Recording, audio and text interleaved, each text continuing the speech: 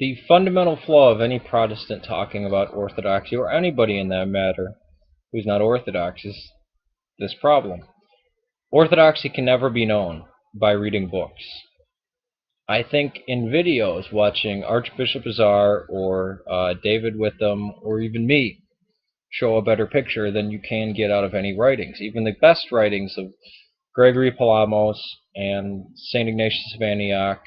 I mean, because Orthodoxy is a living thing, it must be experienced, and it can only be, and experiences can only happen between people. When you hear somebody talk about Orthodoxy, it's very important the way they say it, the words they use, and how they come across.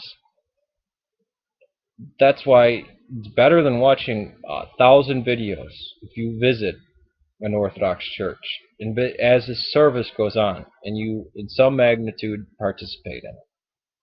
Even if you're not making the sign of the cross, at least stand at the gospel. Be respectful.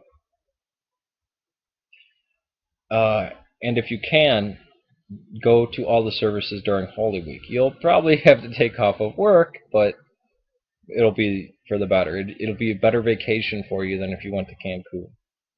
And you'll feel that same warmth. It's kind of funny. Usually when you enter into Orthodox churches, they're very cold when we're doing the hours at Matins.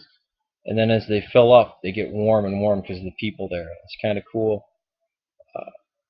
But Orthodoxy must be experienced, which is the flip side of Protestantism, where you can read your salvation in a book and then make an emotional or intellectual assent to God. Whereas the physical is very important in Orthodoxy. We worship our God in body and in spirit. God came into flesh, which I think many Protestants, although they claim to believe, really don't accept the full magnitude of that. And that's because the Bible didn't really deal with that. The Bible was an account written by Christians for Christians. They weren't evangelical works. Orthodoxy is something that must be experienced. It can't be learned about. It can be learned about, I guess, but you can never understand it unless you participate in it. And I think that goes for most things. But we see it's kind of funny, we see a true sense of Protestantism on paper than with people, because people are so fallible. With Orthodoxy, there's something that's still maintained there, because it's not up to humans to decide what to do or what not to do. We simply repeat the tradition that has been handed down to us. Why do we wave the cloth over the chalice? Well, because there's a theology built up around it about the Spirit of God moving over the elements.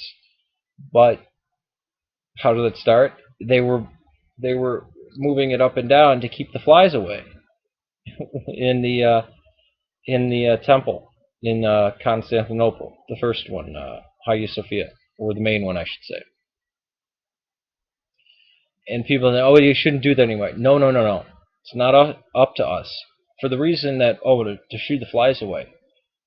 Well, but that's what put in there. Now it's a part of us. Now we can look at it in a more mystical light. Protestants, that's something that's foreign to them. They would say, oh, superstition. But when you actually have a living tradition, you want to carry it down with all its faults. It's like taking the Bible and say, I don't like King David, I'm going to take King David out of the Bible because I don't like it. Well, then those after me are that much deprived of it.